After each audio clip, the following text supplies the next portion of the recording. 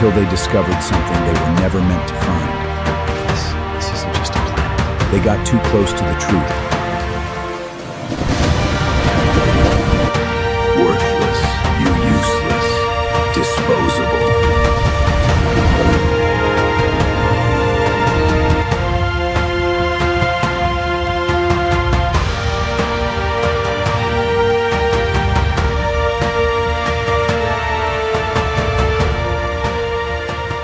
Dr. Elias was cast into the gastic chamber, a room filled with swirling golden mist and living vapor. The atmosphere was heavy with energy, a floating void where the laws of physics began to fail. Within the glowing internal systems, Elias's body began to pulse with a rhythmic, cosmic light. His skin shimmered with energy as his fear transformed into a sharp, transcendental intelligence. He stood tall and regal, a human no longer, but a being of immense power. The skeletal guards retreated into the quarter, their glowing staffs lowered in silent awe. Before the commander, Elias demanded only the truth and control over the alien systems. His fingers moved across holographic interfaces, commanding technology that the aliens had long forgotten.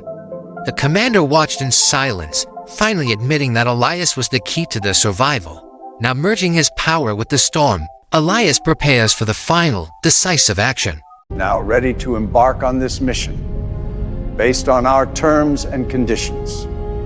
Be ready for the storms ahead. Any concerns? Let one of the generals be notified.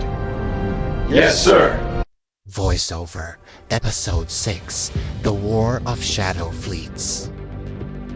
Alarms tear through the silence of the ship. An unknown alien empire strikes without warning. Space itself begins to rupture, worlds collapsing in the distance. The two humans step forward, now clad in ancient battle suits. Lost Earth technology, reborn with alien power. War erupts. Ships bend the fabric of space. Deep in the silent expanse of the cosmic sea, our voyage continues toward the edge of known reality, seeking legends that many believe to be myths. We transition into the galaxy of starflowers, a celestial garden where the nebula takes the form of massive, glowing petals drifting in the stellar wind. Every bloom releases shimmering dust of light, a silent symphony of creation that masks the hidden dangers lurking within the beauty of the nectar. Suddenly, the light turned predatory. Energy vines, ancient and sentient, reached out from the darkness to ensnare our metallic hull in a suffocating grip. Dr. Elias watched from the bridge, his mind racing through calculations as the ship groaned under the weight of the pulsating cosmic vegetation. The alien guide stepped forward, its translucent skin shimmering as it began to sing a frequency that resonated with the very core of the vines. Under the influence of the sacred melody, the vines recoiled and withered, releasing us into the path of the treacherous crystal war zone. Here, planets are not stone but jagged glass, reflecting energy beams from forgotten battles across the vast, cold emptiness of the sector. The Xylus defenders emerged, a swarm of crystalline insectoids determined to protect their prismatic sanctuary from any outsiders who dared to pass. Dr. Elias worked the frequency controls, seeking the exact pitch that would cause the defenders' very structures to resonate and shatter into dust. With a final surge of energy, the crystalline threat dissolved. We surged forward, leaving the shattered remnants of the war zone behind us. The landscape shifted again, revealing the ocean of void. When massive spheres of water drift through the vacuum like tears from a god, Elias entered the submersible, descending into the heart of the spheres to witness the ancient leviathans that call this liquid void their home. Bioluminescent giants drifted past his viewport, their bodies humming with a deep, subsonic power that resonated through the ship's very frame. But the tranquility was short-lived as the water began to boil, transforming the serene void into the searing heat of the fire god realm. Suns shaped like dragon heads roared in the distance, the solar flares licking the edges of our shields as we crossed the burning frontier. Elias and Smokey walked through the transparent hallway, the heat outside visible as living orange fire that danced just inches from their reach. Shadowy silhouettes of ancient guardians moved within the flames, watching our progress with eyes that had seen the birth of the stars. Then the fire died. We were plunged into total darkness, where the only thing visible were the faint blue navigation lights of our vessel. Amorphous shadow tendrils reached for us, cold and hungry, seeking to drain the very life from the ship's core and its crew. A small star dragon, a faithful pet on the deck, began to glow. It ignited into a blinding golden sun, casting away the dark shadows. The light revealed the monsters for what they were, mere echoes of fear that crumpled when faced with the warmth of a true heart. We entered the betrayal sky, a toxic nebula of sickly green and purple gases that whispered lies into the minds of the weary. Smokey was the first to succumb, his eyes wide with a frantic terror as he saw enemies in every shadow. Pointing his blaster at nothing, Elias placed a hand on his shoulder, a grounding presence in a world of hallucinations, pulling him back from the edge of madness. The nebula cleared, revealing a sight we never expected.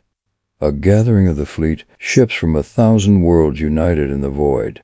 The commander stood at the helm of our fleet, her neon-accented suit glowing with the authority of a leader who had seen the end. Together, we approached the dark dwarf planet Vale, its warped space-time ring twisting the very light around its frozen, silent core. We dove through the ring. The universe was spinning and folding as we crossed the threshold into the heart of the galaxy. And there it was, the Wolf Planet, a world not of gold bars, but a pure liquid energy and radiant, blinding white light. Smokey stood at the massive observation window, the glare in his eyes reflecting the golden rivers that flowed outside in the vacuum. Rivers of light flowed like liquid fire, a treasure beyond measure that promised to change the destiny of every soul in the fleet. The journey was long, the cost was high. But as we descended toward the surface, we knew the Odyssey was finally reaching its end. The Wolf Planet awaits, not as a prize to be taken, but as a legacy to be shared with the entire cosmos. The void is rarely truly empty. Beyond the known stars, the rescue ship drifts into the silent expanse of the ocean of void. Dr. Elias, look at the readings. These aren't planets. They are living ecosystems suspended in zero gravity. Something is moving inside. But the peace is an illusion. The leviathans of the deep space currents sense our warmth. The hunt has begun. Sensors are failing. We are blind in this murk. Sarah, we need a path before the hull collapses under the pressure. Then a tiny miracle. The cosmic jelly pit begins to pulse with a rhythmic bioluminescence, mapping the unseen dangers. Leaving the water behind, the crew enters the fire god realm. Here, suns take the form of roaring beasts and firestorms march like soldiers. These fire entities, they aren't just energy, they are ancient minds. They demand we prove our worthiness through the trial of fire. Elias and Sarah step into the corridor. It is not their bodies that burn, but their minds, filled with shadows of their greatest failures. Stay focused, Sarah. Smokey is losing his grip on reality. We have to be the anchor for the entire crew. With the trial complete, the fire beings bow in silent respect. The crew moves on, but the light is about to vanish entirely. Welcome to the galaxy of shadow hunters.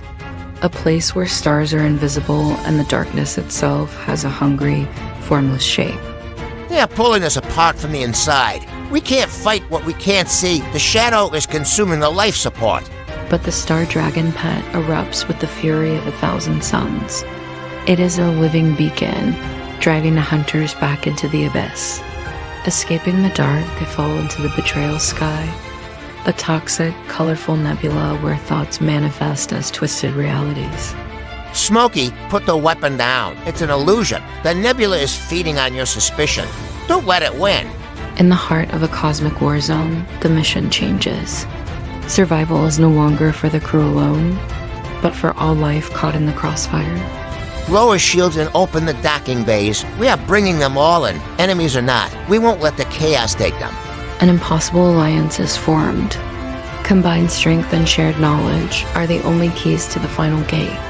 The journey ends at the dark dwarf planet Vale. Gravity bends like glass here, and the laws of physics are merely suggestions. Systems are redlining. I found the path. It's a needle-thin corridor through the gravitational shear. Hold on, everyone. Breaking through the shadow, they head into the unknown. The odyssey continues across the final crossing and into the future. Log entry 402. We have entered the Magnus Galaxy. The stars here don't just burn, they scream. Warning. Reality integrity failing. The nebula is pulsing at a frequency that matches human neural collapse. And I'm the home. Elias, get to the defense turrets now. We can't let them breach the secondary seals, setting internal turrets to auto-tracking. Deep lead, you reality warping freaks. The void is calling, Sarah. Look at your friend. Is that really Elias, or a shadow of what you fear? Sarah, drop the weapon. It's me. The nebula is playing tricks out of your mind. Look at the stabilizer. Vision stabilized. Hostiles detected at 6 o'clock. A capital ship is detonating. Brace for impact. Diving into the shadow veil. It's the only way to lose the Armada. Switch to thermal and radar now. Visual sensors blinded. Switching to heat signatures. The Dark Armada is flanking our position. Loss of wing panel imminent. Engines are redlining, but we need more power. If we're going to jump, it has to be now. Warp drive critical. Disintegrating pursuers in 32, 1. Goodbye, madness. We made it, but I don't think we're the same people who started this mission. Space leaves marks. Scanning biometrics. Heart rate slowing. However, ocular pigmentation has permanently shifted. The galaxy is inside you now.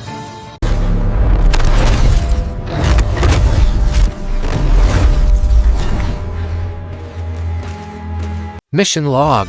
Drive at Elias. We have crossed into the uncharted territories. Our rescue mission brings us to the edge of the known universe. Ahead lies the Garden of Living Stars, a place of legend where the vacuum of space mimics the growth of a celestial forest. Researcher Sarah, keep those scanners active. We don't know how this environment will react to our ship's propulsion systems. Look at that. The stars are breathing. They bloom and close in a rhythmic pulse, releasing trails of light like cosmic power. Wait, the energy readings are spiking. Something is reaching out toward the hull. Sarah, status report. The vines are wrapping around us. They aren't just touching the ship, they are feeding on our power reserves. Even beauty can trap you forever. You seek to save others, yet you have walked into a golden cage. Our alien guide, it's singing. The frequency is shifting the resonance of the entire galaxy. Look at the vines that are letting go. The garden is responding to the song. Thrusters back at full capacity. Let's move now. We've transitioned. The silence of the garden is gone, replaced by the jet reality of the crystal war zone. The atmosphere here is different. Sound waves are visible as shimmering light, and energy bounces endlessly between the surfaces. Incoming crystalline entities on the radar. They don't look friendly, Sarah. Shields to maximum. They're firing. The light is splitting. I can't tell which ship is real and which is a reflection. Sarah, get me a lock on the resonance. If we can't outgun them, we'll have to shatter the environment itself, activating the frequency disruptor. Hold on tight. The feedback loop is going to be massive.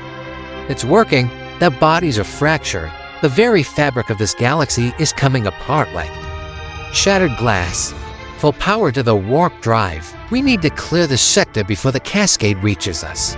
The path to salvation is often paved with the shards of the world we leave behind. Keep moving, Doctor. We made it to galaxies, to near deaths, but the mission continues. Next stop, the deep core. Log entry 742, Dr. Elias reporting. The rescue ship has crossed the threshold into the uncharted sectors of the deep cosmos. Our mission is clear. Researcher Sarah is monitoring the energy signatures. We are approaching what the ancient charts call the Garden of Living Stars, a place of legend. Suddenly, the void ahead transforms. We are no longer an empty space. We have entered a galaxy that breathes, a garden made of light. Look at them, living light flowers, radiating colors that shouldn't exist. They open and close like petals, scattering light like pollen across the hull. But beauty here is deceptive. Energy vines are reaching out, wrapping around our warp drive shielding. We are losing power. We are being consumed. Even beauty can trap you forever, Elias. This garden does not want you to leave. It wants to keep your light for itself. Our rescue guide, it's moving. It's starting to sing. a frequency that vibrates through the very floorboards of the ship.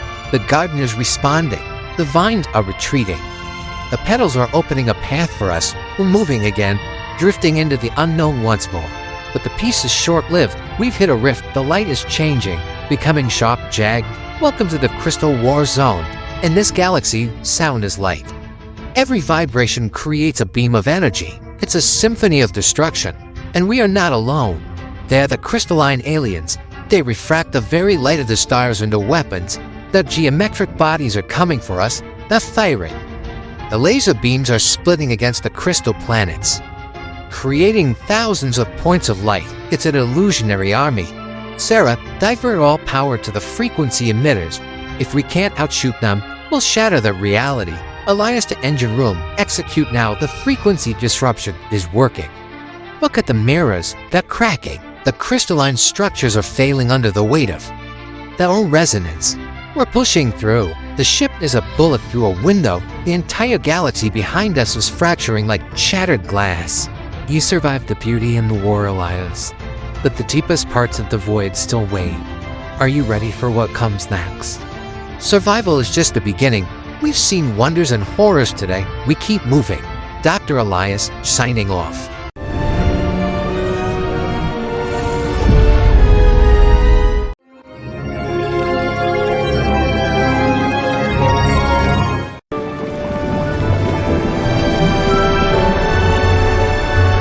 We've made it! Aurelion! The realm of riches! The wealth planet, beyond imagination. Unbelievable. Incredible. We are now rich.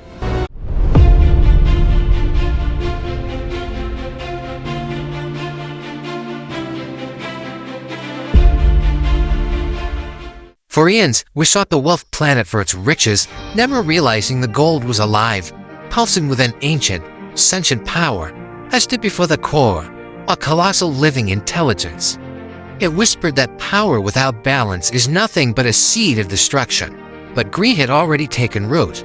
Smokey, once a friend, was now wreathed in dark violet energy, his eyes glowing with a frantic, corrupted hunger. He screamed that we deserved it all, unleashing a wave of dark energy that warped the very reality of the cavern. I remained calm. I closed my eyes and allowed my mind to sync with the beating heart of the planet. I softly replied, "Not everything is meant to be owned." A shield of golden light erupted around me, effortlessly deflecting the violet corruption as I stepped toward the source of all things. To save the balance, I had to become the balance. I stepped into the core, feeling my physical form dissolve into particles of brilliant white light. My consciousness expanded like a shimmering web, reaching every corner of the planet, neutralizing the dark energy and stabilizing the volatile atmosphere. The darkness fled. Smokey collapsed, his eyes returning to normal, filled with a sudden, heavy realization of what had been lost and found. The planet transitioned into a state of profound calm. The golden rivers began to flow in harmonic patterns, singing a song of new beginnings. The commander knelt on the glowing plain, her neon accented suit dimming in the presence of a wisdom for greater than her own. Beside her, the alien guide stood, its translucent skin resonating with the planet's new rhythm. They would now lead the survivors as guardians. I am one with the stars now, a silent observer in the radiance of the galaxy. My final message to you is this: true wealth is not what you gain from the world outside. It is what you can control within yourself. Balance is the only treasure that lasts.